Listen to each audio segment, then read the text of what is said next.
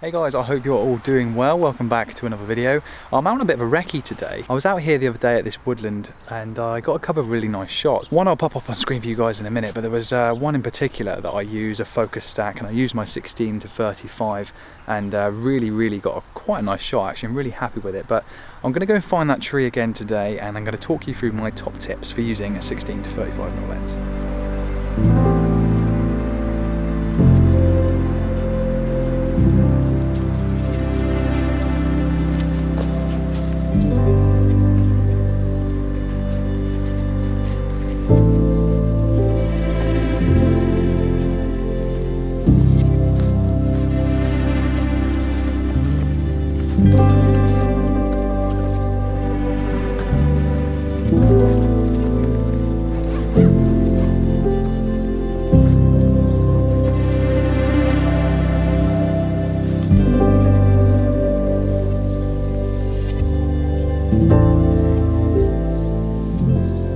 Okay, so I found the tree that I photographed the other day. I'll just pop the image up on screen for you guys here so you can see what I'm talking about. And this is a 8-image focus stack of this tree, focusing right down at the bottom here all the way through to the main trunk of the tree. And the conditions are what make that image really work. It was a lovely dark morning. It was in blue hour, there was loads of mist, there was loads of atmosphere, and it was wet, and it just looked really nice. But the thing that stands out to me the most is the composition. I absolutely love the composition. So here's my top tips on composition and how to use a 16 to 35mm lens. Tip number 1. Take the camera out of the bag and eye up the composition. So a lot of time on workshops and when I see people out and about, the first thing that they do is get their tripod out and put their camera up on top of the tripod. If you get the camera out of the bag and eye up a composition and get the camera in exactly the right position that you want, the composition is going to be a lot more striking and a lot more powerful. So before I go about getting my tripod and filters and everything else out, my camera will come out of the bag and I will eye up the composition and try and find exactly where I want my camera to be. Okay, so once you've found your composition and you're happy with whereabouts the camera is going to be, go about getting your tripod and put the camera in exactly that same position. Okay, so tip number 2. Lead-in lines, or lead-in lines, however you say it. Something to draw your eye from the bottom of the frame into the main subject, whatever that may be. And in this case, we've got lovely roots.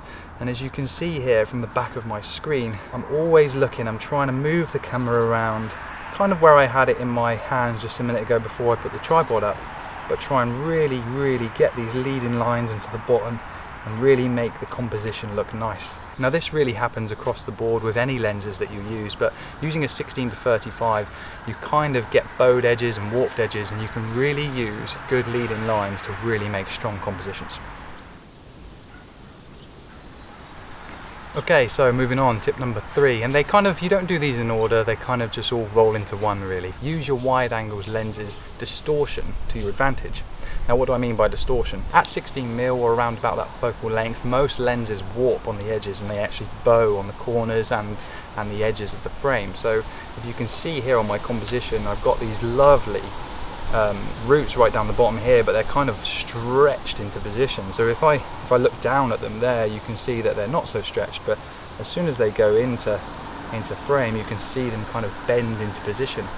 So really try and use your lens's natural distortion to your advantage, because you can get really strong compositions actually using the lens's distortion.